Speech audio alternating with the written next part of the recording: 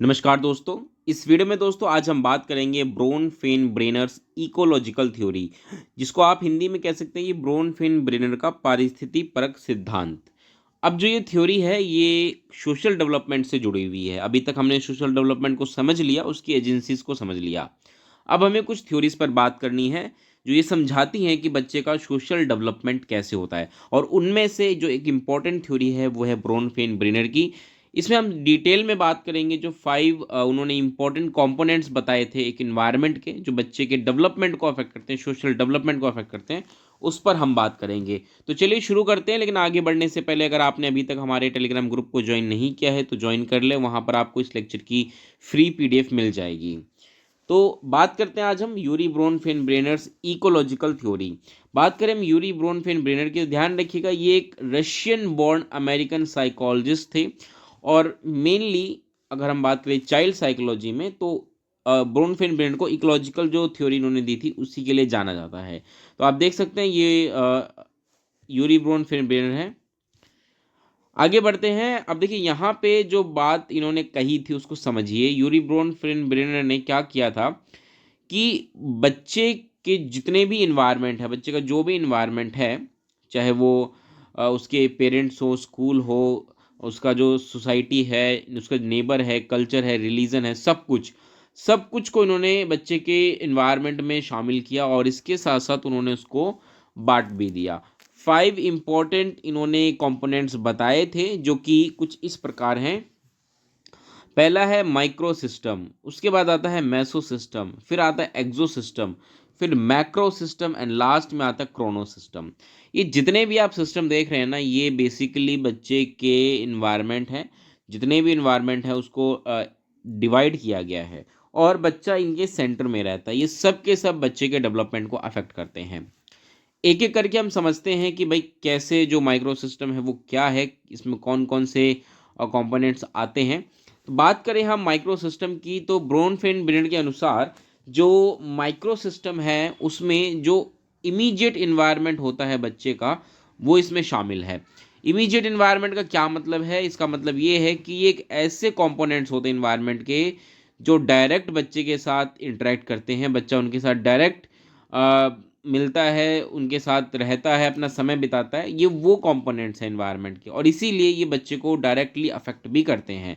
तो ये immediate environment होता है, आपको ध्यान रखना है। इसमें कौन कौन आ जाता है? Family, peers, school, neighbourhood. ठीक है। और यहाँ पे अगर आप देखें तो जो इंटरेक्शन होता है वो बाय डायरेक्शनल होता है नेचर का। यहाँ पे जो डेवलपमेंट है बच्चे का वो काफ़ी हद तक अफेक्ट होता है उसकी फैमिली की वजह से। फैमिली ही शुरुआत में उसको जो फाउंडेशनल वैल्यू सिस्टम है वो देती है। फॉर एग्जांपल अगर हम सोशल डेवलपमेंट के रेफरेंस में बात करें तो भाई किससे कैसे बात करनी है, बड़ों का सम्मान करना, अ, उनको कुछ जो उनके अपने कल्चर्स होते हैं वो बच्चों को सिखाना, पूजा करना। ठीक है, ये सारी चीज़ें जो हैं बच्चे को सिखाई जाती हैं, वो फैमिली के द्वारा सिखाई जाती हैं।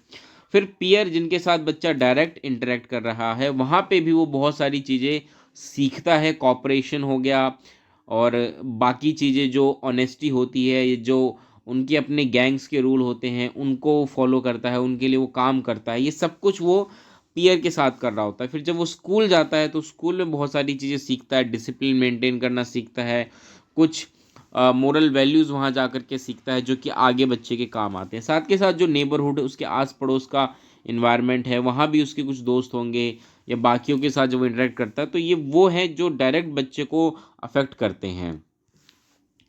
अगला जो इन्होंने बताया था वो था मैसो सिस्टम। अब यहाँ पे इस बात को समझिए कि मैसो सिस्टम में इन्होंने किसी कंपोनेंट को रखा ही नहीं।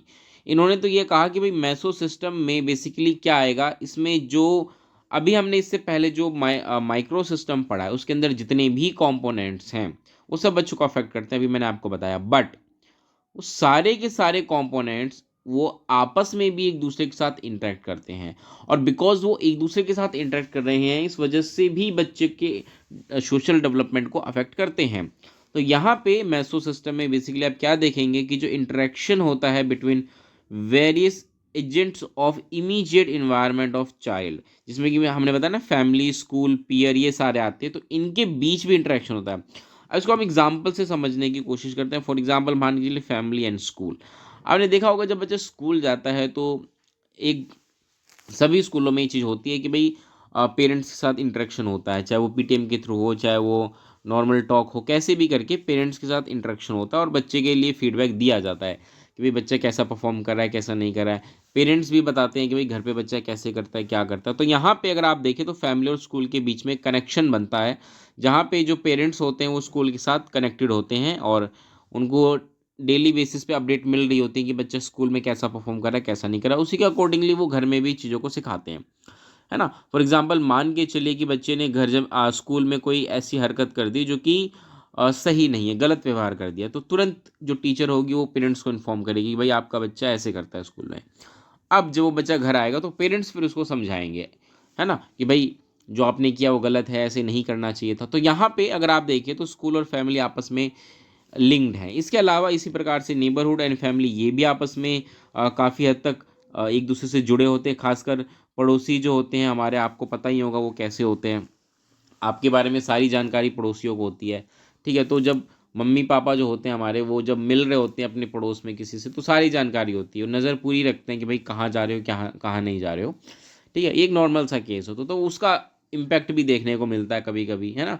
तो यहाँ पे नेबरहुड एंड फैमिली ये भी आपस में इंटरेक्ट करते हैं और ये बच्चे के डेवलपमेंट को भी सीधे सीधे प्रभावित करते हैं।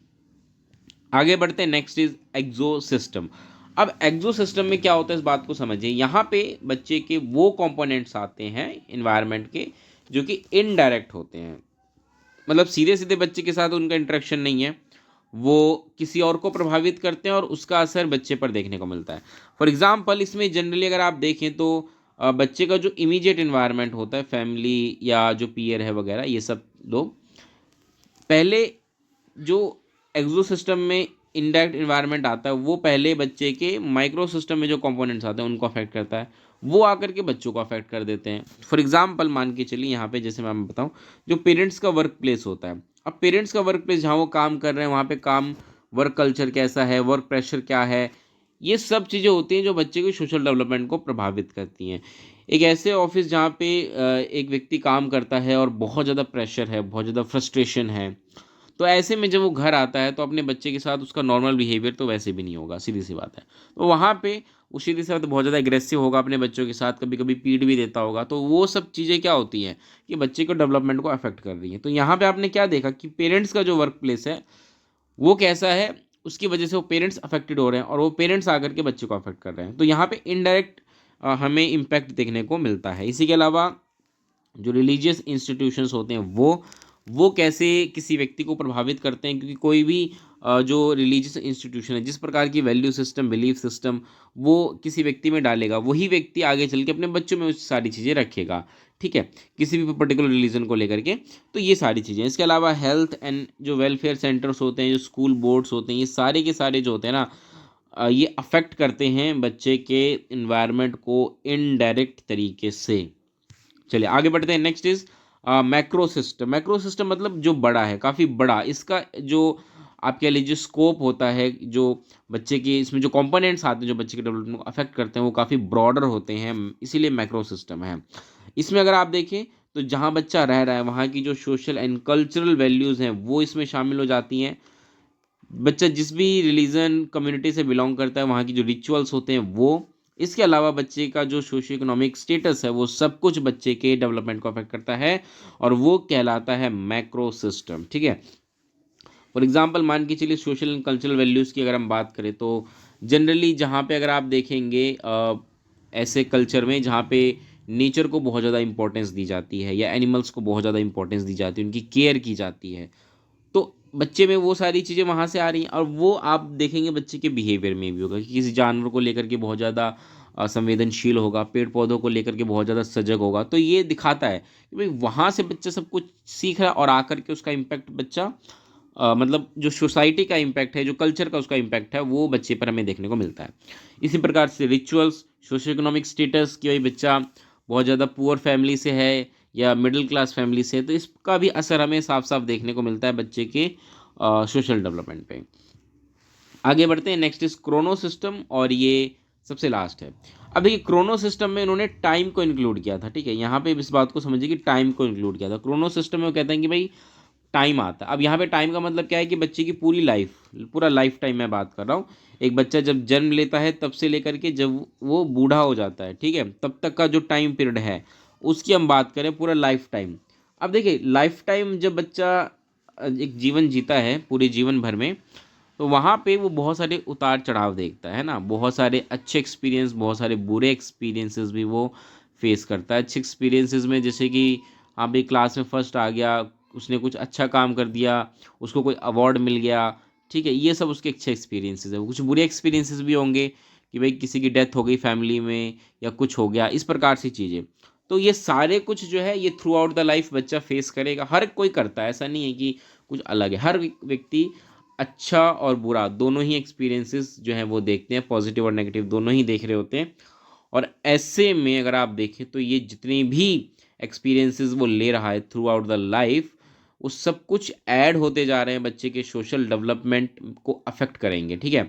फॉर एग्जाम्पल मान के चलिए कि जब बच्चा शुरू में कुछ रिवॉर्ड्स लेता है, कुछ अच्छा करता है, सोसाइटी उसको अप्रिशिएट करती है, तो ऐसा बच्चा थोड़ा सा मिलनसार हो जाता है बाकी लोगों के साथ, उसको अच्छा लगता है रहना, कॉन्फिडेंस भी बढ़ता है। वहीं एक बच्चा जिसकी लाइफ में शुरू में ही कुछ ऐसी ट्रेजेडी हो गई है, बहुत उतार चढ़ाव उसने देख लिए, तो ऐसे में इस बच्चे को ज़्यादा मतलब लाइफ को लेकर के बहुत सीरियस रहेगा और ज़्यादा बाकी लोगों के साथ उसका इंटरेक्शन इतना होगा नहीं। तो ये सब कुछ क्या है, ये बच्चे के सोशल डेवलपमेंट को अफेक्ट करेगा। तो यहाँ पे क्रोनो सिस्टम का मतलब ही यही था पूरी लाइफ टाइम, कि पूरी लाइफ टाइम में बच्चा जो कुछ भी एक्सपीरियंसेस कर रहा है वो सब कुछ इसमें शामिल होता है, ठीक है। तो ये था पूरा सिस्टम।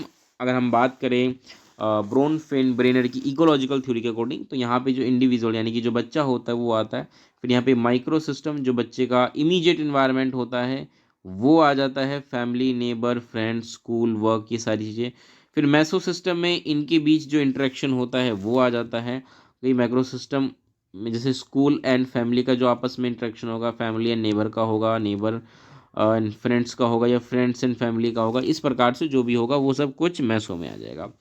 फिर एक्सो में इंडायरेक्ट एनवायरनमेंट आ जाता है, जैसे पेरेंट्स के फ्रेंड हो गए, मास मीडिया हो गई, एक्सटेंडेड फैमिली हो गई, लोकल गवर्नमेंट्स हो गई, वर्क प्लेस जहाँ पे पेरेंट्स काम कर रहे हैं वो हो जाएगा। तो ये सब कुछ जो है बच्चे के एक्सो सिस्टम में आते हैं। फिर आ जाता है मैक्रो सिस्टम जहाँ पे सोशल नॉर्म्स आ जाते हैं, इकोनॉमिक सिस्टम आ जाता है, कल्चर आ जाता है, पॉलिटिकल सिस्टम आ जाता है, और लास्ट में जो आता है वो होता है क्रोनो सिस्टम जहाँ पे पूरा जो टाइम होता है लाइफ टाइम बच्चे का जो भी एक्सपीरियंसेस वो कर रहा है वो सब कुछ इसमें शामिल हो जाती है। तो इस प्रकार से ये पूरी थ्योरी थी ब्रोन फेन ब्रेनर की लॉजिकल थ्योरी। आई होप आप समझ गए होंगे।